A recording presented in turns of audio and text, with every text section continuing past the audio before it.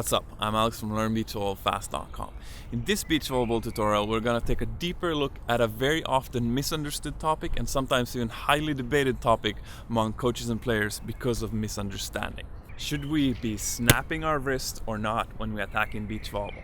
Once you've seen this video, you will be able to distinguish between a good and a bad wrist snap, as well as know how to develop this technique that most players don't even know exists and even fewer know how to use. Mastering the skill will both help you hit angles that you probably never thought you would be able to hit in your life, as well as find hitting power effortlessly.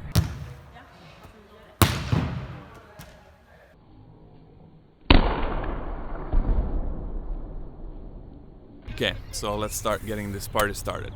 First of all, before we say anything else, I need to clarify that the wrist snap is just a tool in your tool belt, and it is not something you should necessarily be using all of the time. It's just one possibility that makes you a more versatile attacker. I've also realized from coaching beach volleyball that if there's one magic pill to attacking, it's kind of this. Very often you can take players that can't really hit and just in one session teach them this, and all of a sudden they're actually hitting pretty well. It's very rare that you can do that sort of changes in just one session in terms of hitting, but this is the one detail that you can kind of make that happen with. It's basically a technique that gives tons of results with very little effort for a huge amount of players, and that's a pretty good thing. Okay, so there's basically a ton of different ways the human body can put power into a beach volleyball. One of the most commonly talked one is from the rotation in the core. And then there's a bunch of maybe less good ones. There's like from your shoulder, and there's peaking motion and whatnot. And then there's also what I call the wrist snap. And here's a video of what it looks like.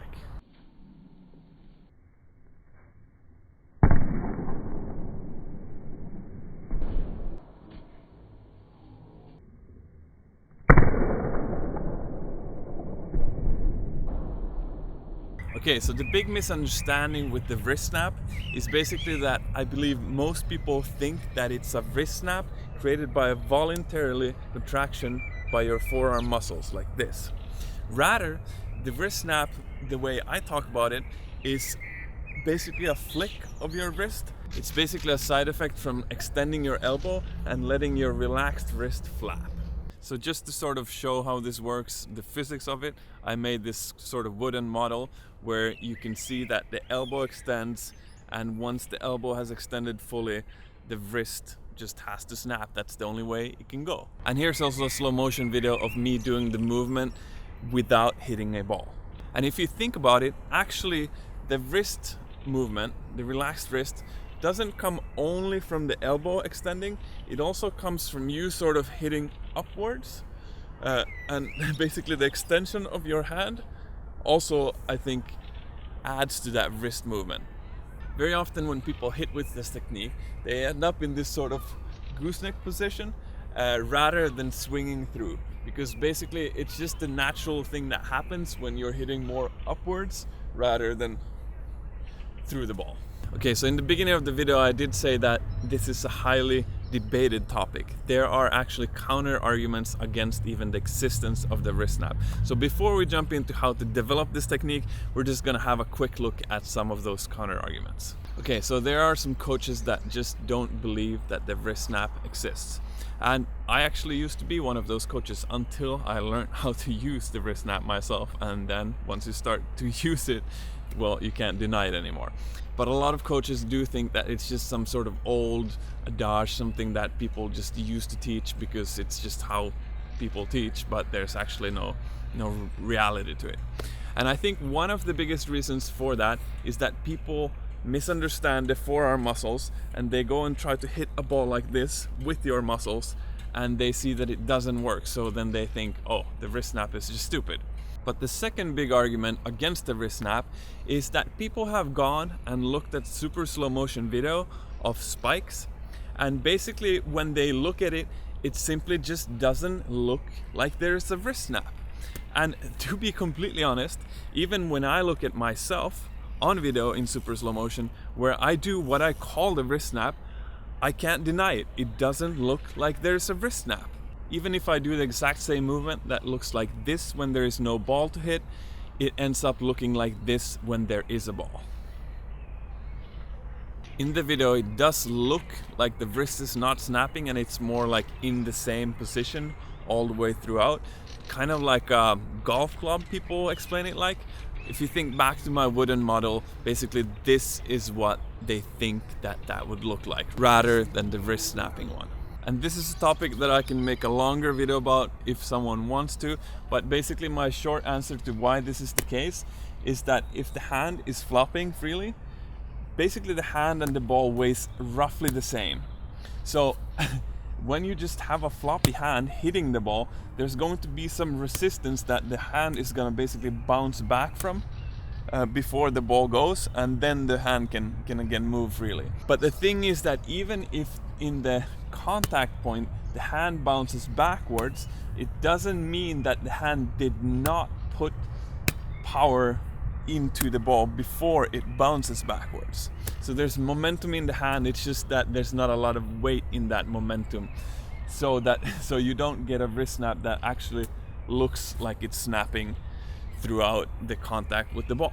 And I won't talk more about that in this video, but as I said before, if there's someone out there that wants me to, I can create a longer video about this. In that case, let me know in the comments. Okay, so a couple of things to learn to develop this technique.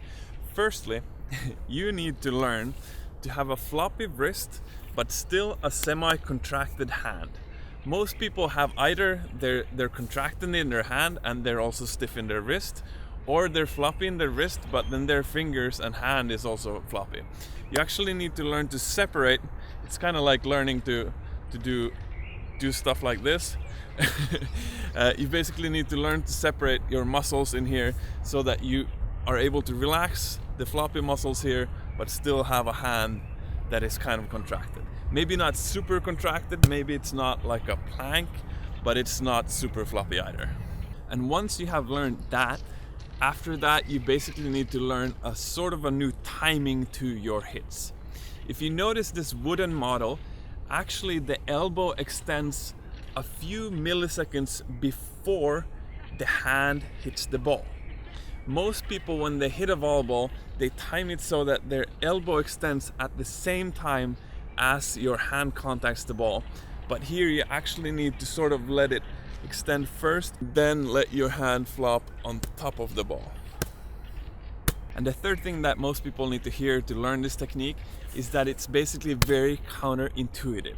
The way you produce power into the ball is most likely very different from anything you've experienced before. I have this little explanation is, imagine you were driving a car, but all of a sudden you pushed the secret button that turned the engine off, the normal engine, but started a completely different engine that also somehow was in this car and is also able to take the car forward. You need to sort of forget how you produce power into the ball normally and sort of just like have a completely new way of doing it. It just uses way less muscle power and is just completely different from what you've probably done before. Okay, now by saying this, I am not saying that you should never use your body for power in your hits. As I said in the beginning, this is just one additional tool that you can use sometimes, and actually some of the best hits in the world use a combination of your body and your wrist snap to produce power into the ball. This whole topic about power generation into the ball is some complex stuff. And actually I need to say that for most people, you can just teach what I've taught in this video and they will figure this out and they will start hitting way better than before. But if this does not work for you, then there's actually a chance that there's something in your jump and what your body does in the air before the wrist snap that is sort of not working and should be fixed before you learn the wrist snap. But I've found that for most players this works wonders just like this, so you should probably go out and try that first and then see what happens.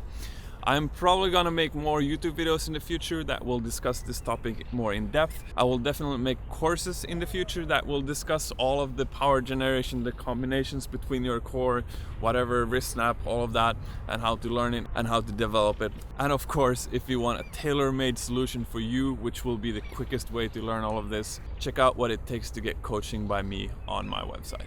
So I hope that this video has been insightful and helpful so far. And just in case in a few years, actually teaching the wrist snap the way I've taught in this video becomes sort of a coaching standard, just remember where you heard it first. It's starting to get dark out here, but I also wanted to tell you to subscribe to the channel if you haven't yet, because if you watch this video this far, you will like the upcoming videos on spiking that I'm also planning to create. This video here is sort of part 3 in kind of a beach volleyball spiking video series. So there's 2 videos before this that kind of lead up to this, and then there's also going to be more videos later that will tie them all together. Also, share this to other players and people that need to see this video and need to learn this technique. The more you guys share this video to other people, the quicker this channel will grow, which means that I get more means and it becomes easier for me to create more of these in-depth tutorials for you guys. And actually, the day you realize that what is holding you back from your beach volleyball dreams and goals is actual in-depth, very detailed breakdowns of how this sport is learned. That day you should check out my courses. Basically, the mission with Learn Beach Volleyball Fast is to break down this sport into such insane detail so that you can just kind of have a blueprint, like learn this, learn this, learn this, learn this. This is how you learn this. This is how you put that together, blah, blah, until you become a good player. This is exactly what I wish had existed when I started playing and I wanted to get good at the sport, but it did not exist. All of the instruction that was out there was kind of fluffy, not detailed, didn't go exactly into the specifics of what I needed. When I coach, I very often hear that I have an eye for details that pretty much no one else has, and that is because I learned the sport as an adult. I didn't pick this sport up as a kid where I just sort of learned how to do things without really knowing what I'm doing.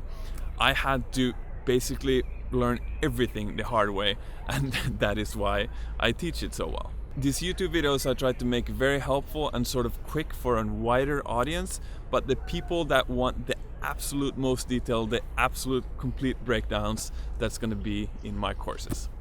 So I hope I see you in the future, another YouTube video, in the courses or whatever. Hope you have a great night or day, whatever. Maybe it's not as dark as here. See you later.